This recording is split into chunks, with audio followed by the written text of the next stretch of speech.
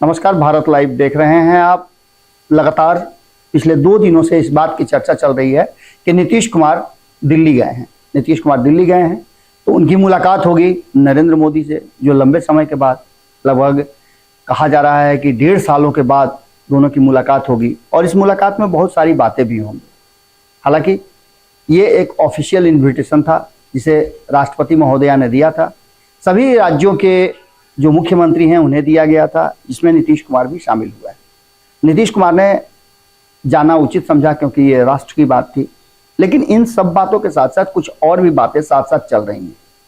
बात ये चल रही है कि आखिर नीतीश कुमार गए हैं तो उनके इरादे क्या हैं।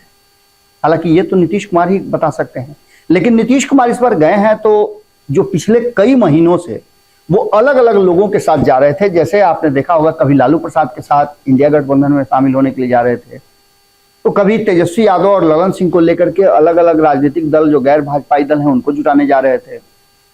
लेकिन इस बार सबको छोड़ करके सिर्फ संजय झा के साथ गए हैं। जो संजय झा आप जानते हैं कि नीतीश कुमार के बहुत कॉन्फिडेंशियल में से एक हैं।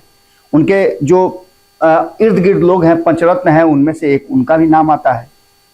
सभी लोगों को छोड़ करके संजय झा के साथ जाना, क्योंकि संजय झा को कहा जाता है कि उनका बहुत गहरा रिश्ता भारतीय जनता पार्टी से रहा है।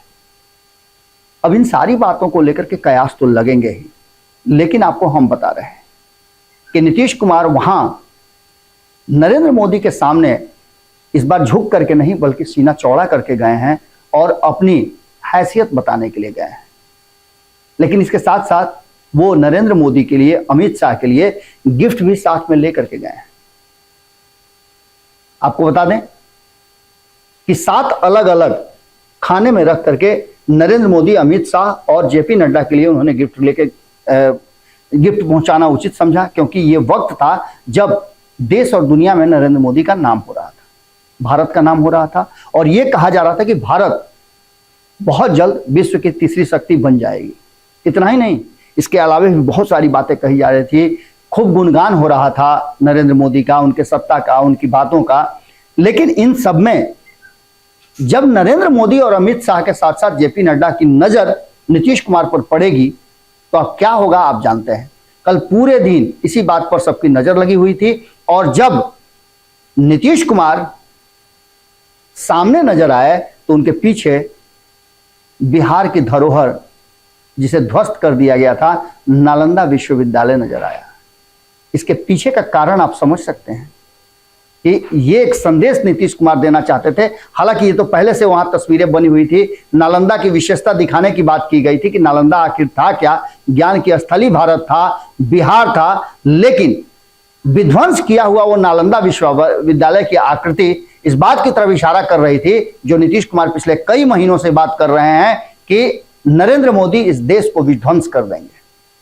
चीजों को अलग अलग तरीके से, संविधान को नई परिभाषा देने की कोशिश की जा रही है। ये सारी चीजें करने के बाद जब नीतीश कुमार पटना से दिल्ली के लिए उड़ान भर रहे थे तो उनके हाथ में 7 डब्बे थे, जिसमें 5 राज्यों के 7 विधानसभा के उपचुनाव के सीटों का जीत हार का आंकड़ा था, जिनमें से 7 में से 4 सीटें इंडिया गठबंधन जीता था। और ये इंडिया गठबंधन बनने के बाद पहली परीक्षा थी। 5 तारीख को वोटिंग हुई थी और इस वोटिंग के बाद बहुत सारी बातें सामने निकल करके आई और नीतीश कुमार के हाथ में वो 4 जीते हुए सीट थे। और इसके साथ साथ भारतीय जनता पार्टी को चिढ़ाने के लिए ये काफी थे, क्योंकि रिजल्ट 40-60 का हुआ था और यही आंकड़ा आने वाले 2024 के चुनाव में बताया जा रहा है कि अभी भी भारतीय जनता पार्टी 40% पर है और इंडिया गठबंधन 60% पर है। अगर इंडिया गठबंधन का ये स्वरूप जीवित रह गया तो आप मान के चलिए जो गिफ्ट लेकर के नीतीश कुमार गए हैं, ये नरेंद्र मोदी ओपन करते ही पूरी तरह से ध्वस्त हो जाएंगे। इसका सीधा मतलब है कि कहीं ना कहीं अब उस लड़ाई का बिगुल फूंका जा चुका है और नरेंद्र मोदी के सामने नीतीश कुमार खड़े हैं। फैसला अब नीतीश कुमार को नहीं लेना है, फैसला अब नरेंद्र मोदी और भारतीय जनता पार्टी को लेना है कि उन्हें किस रास्ते चलना है, एक साधे सब सधे या सब साधे सब जाए वाली। बिहार में बहुत कुछ परिवर्तन हो रहा है। 2015 जो है वो एक उदाहरण जरूर है और उस उदाहरण के साथ हम अगली खबर में आपको बताएंगे कि ये पूरा का पूरा माहौल गेम है क्या। जुड़े रहिए भारत लाइव के साथ, अगली खबर में जल्दी ही मुलाकात होगी। बहुत बहुत धन्यवाद। धीरे धीरे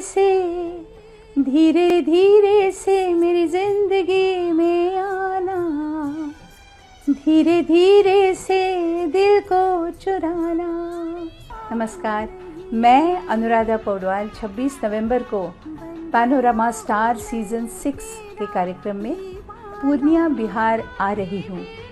मुझे पैनोरमा ग्रुप के निर्देशक संजीव मिश्रा जी ने बुलाया है, तो हम सब मिलते हैं पैनोरमा ई होम्स में शाम 7 बजे। नमस्कार।